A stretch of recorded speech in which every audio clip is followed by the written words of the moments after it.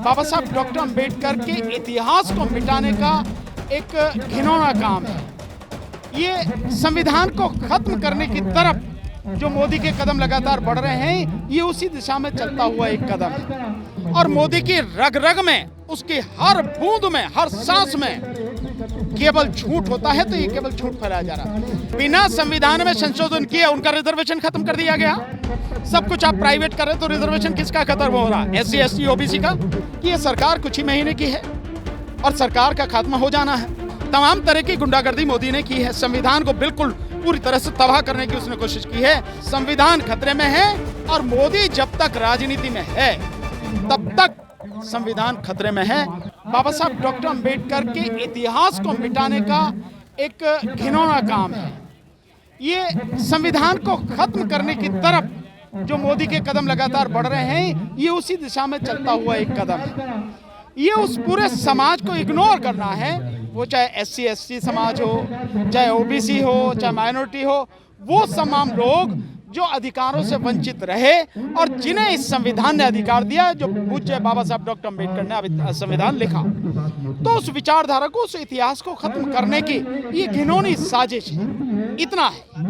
ये साजिश, अच्छा ऐसा क्यों किया गया? रातों रात हटा दिया गया? नहीं, ऐसा इसलिए किया गया कि आप देखें 14 अप्रैल को और 6 दिसंबर को वहां जबरदस्त जो है बाबा साहब की प्रतिमा पर संसद में लोग आते थे, उनको श्रद्धांजलि अर्पित करते थे।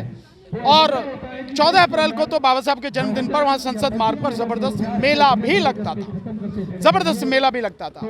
तो इस सारी चीज को, जिससे क्या है कि समाज में जागृति फैल रही थी, समाज के लोग उससे बाबा साहब की जो प्रतिमा थी उससे प्रेरणा लेते थे।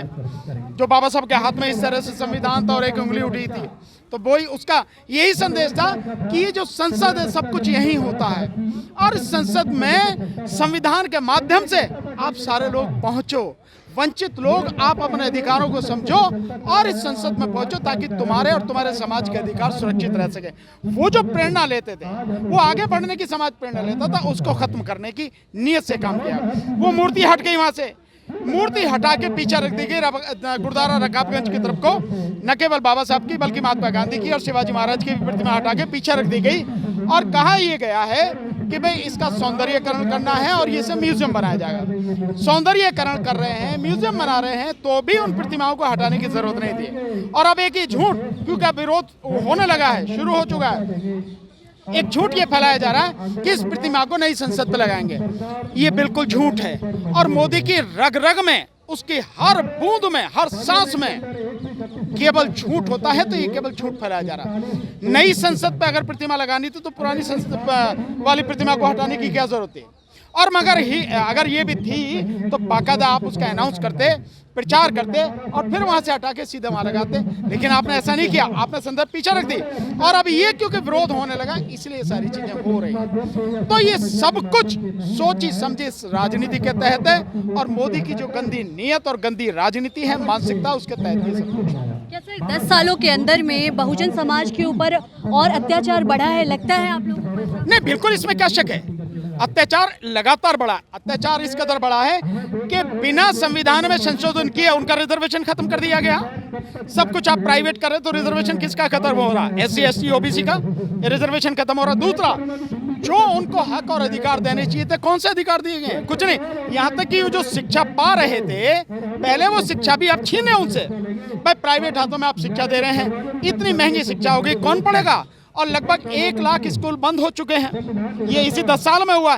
तो ये जो सब कुछ हुआ है, इससे साफ है कि जो बहुजन समाज है, जो SC ST OBC माइनॉरिटी समाज है, उसके अधिकारों को खत्म किया जा रहा है। ये और इन 10 सालों में तो ये जबरदस्त तरीके से बढ़ा है। इफ टीजिंग या फिर बहुजन समाज को जिस तरीके से नकारा जा रहा है, कहा जा रहा है कि उनकी कोई नहीं सुन रहा है, क्या ये हकीकत भी है या फिर सोशल मीडिया तक? नहीं, ये हकीकत है, सोशल मीडिया तक नहीं, ये हकीकत है। अभी आप देखेंगे अलीगढ़ में जो हुआ है, क्या हुआ है, फिरोजाबाद वगैरह में जो हुआ है, ये सब हो क्या रहा है, और पीछे जो हाथरस में हुआ, एक उदाहरण तो है नहीं, इसके अनगिनत उदाहरण हैं जो आप लगातार देखते हैं। हर जगह अन्याय और अत्याचार हो रहा है। और चुनावों के रिजल्ट के बाद तो कई जगह ये सब कुछ हुआ है। तो ये सब हकीकत है, ये कहानी नहीं है, ये कोई अफसाना नहीं है, ये किसी तरह की झूठी बातें नहीं हैं, सब कुछ है। और मोदी ये सब कुछ होते हुए देख रहा है। और इसका उदाहरण अगर आप देखें तो वहाँ तो लगभग सारे एसटी हैं ही मणिपुर में। क्या हाल हो रहा है, 1 साल से ज़्यादा हो चुका, 13 महीने होने वाले हैं। क्या किया है मोदी ने वहाँ? और अब तो जो आरएसएस प्रमुख है मोहन भागवत, वो भी कहने लगे कि भैया उसकी समस्या को देखो आप, मणिपुर का क्या हाल हो रहा। अभी तो ये कराई गई है या हो रही है या कराई गई, ये शब्द इस्तेमाल किए। इसका मतलब साफ संकेत है कि सरकार का इन्वॉल्वमेंट है। और जिस तरह से वहाँ हथियारों को जो लोग हैं उनको दिया गया, वो सरकार ने दिए। लोग कोई उसे छीन के नहीं भागा, कोई लूटे नहीं थाने से, सरकार ने हथियार जो है लोगों को दिए हिंसा कराने के लिए। तो ये सारी चीजें हैं बाकायदा सुनियोजित तरीके से SC ST समाज के साथ में हो रहा। और ये जो काम किया गया है बाबा साहब की प्रतिमा हटाने का, इसे किसी भी कीमत पर बर्दाश्त नहीं किया जाएगा, किसी भी सूरत में। सर, जिस तरीके से तमाम विपक्ष कह रहे हैं कि एनडीए सरकार अल्पमत बहुत जल्द होने वाला है, क्या आपको भी लग रहा है? क्योंकि आप ईवीएम का मुद्दा सर बहुत उठाए थे चुनाव से पहले। मुझे पूरा विश्वास है कि ये सरकार कुछ ही महीने की है और सरकार का खात्मा हो जाना है। निश्चित रूप से इंडिया गठबंधन की सरकार बनेगी।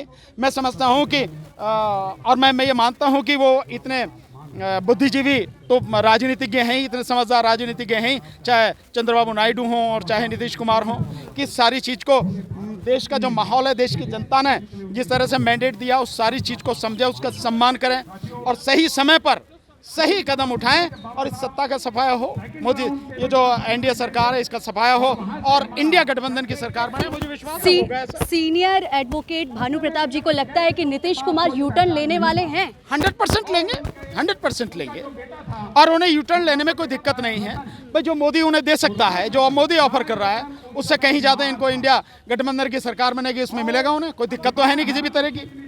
सर, आपसे एक सवाल ये रहेगा कि 18वीं लोकसभा की पहली जो कल संसद की कार्यवाही थी, राहुल गांधी एक तरफ संविधान की पंक्तियां लेके चल रहे हैं, दूसरी तरफ मोदी जी कह रहे हैं कि जो संविधान को खतरे में डाला, जो आपातकाल घोषित किया, वो संविधान की चर्चा कर रहे हैं हमारे सामने। अपने गिरेबान में झांक के देखना चाहिए कि उन्होंने तो डिक्लेयर किया था, तूने तो बिना डिक्लेयर किए 10 साल से इमरजेंसी लगा रखी है। हाँ, तमाम तरह की गुंडागर्दी मोदी ने की है, संविधान को बिल्कुल पूरी तरह से तबाह करने की उसने कोशिश की है।